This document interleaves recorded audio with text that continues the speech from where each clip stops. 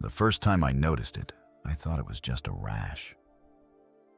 My roommate Sam was always kind of off, not in a dangerous way, just quiet, reclusive, kept weird hours, ate dry cereal with a spoon and no bowl. But he paid rent on time, never made noise, never brought people over. Perfect roommate, until he wasn't. It started with a scab on his wrist. Then more. Arms, neck, behind the ear. I asked him if he was okay. He said, "It's just beginning," and smiled, like it was good news. A week later, I found something on the kitchen counter. Looked like a dried out piece of tape. I touched it. It crunched. It wasn't tape, it was skin, perfect rectangle, still warm. I gagged, threw it out, pretended it didn't happen. Until it happened again and again. He stopped wearing long sleeves. His arms were raw, glossy red, exposed like meat, veins pulsing under clear film. He didn't bleed, didn't scab, just peeled, layer by layer. One night, I found a whole forearm's worth on the floor of the shower, like he'd stepped out of himself. I screamed. He just stood behind me, calm, naked, skinless, and said, "You get used to it." I called a doctor, tried to set up an intervention. But when we got to the apartment, Sam was normal. Perfect skin, no wounds, fully dressed, the bathroom spotless. The doctor left. Sam just looked at me and said, "Don't bring them into this. They're not part of the molting." I stopped sleeping well. There were noises at night. Stretching, ripping, wet friction, and sometimes whispering. Always the same word. Shed.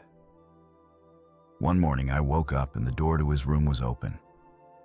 That never happened. Inside was a pile. Not clothes, not trash, just layers. Like snakeskin, but human. Hands, fingers, a face. Folded on the floor like a deflated version of him. Except he was standing in the corner, raw, red, vein-wrapped, smiling. And behind him, on the wall, scratches, like tallies. 17. I started counting the marks on his wall. Every day, a new one appeared, not scratched with a knife. Etched into the dry wall with fingernails, always vertical, thin, uneven, like someone marking the days in a cell. One night I asked him, "What are you turning into?" He just said, "What I was underneath all along." And then, "You should try." I moved out. Or tried to. Found a sublet, packed my things, got everything into the car. But that night, in my new place, the shower drain coughed up skin, a full strip of it. Still wet, it wasn't over. I went back. I needed answers. I knocked on the apartment door, no answer. The smell hit me before I opened it, like rotting meat and salt. Inside, silence. The lights didn't work. But in Sam's room, the walls were coated in layers. Peeled skin, dried muscle, bone dust, laid flat like wallpaper. And in the center, Sam, still peeling. But now his eyes were wrong. Pupilless, mirror-like, reflecting me. I turned to run. But the hallway had changed. Longer, covered in scratches. Hundreds now, not 17. And behind me, Sam said, "You came back. That means you're ready. I passed out, woke up in my old bed, the room clean, Sam gone. Only thing left, a note on my door. You only think it was a choice. I tried to pretend it was over. Sam was gone. The apartment was quiet.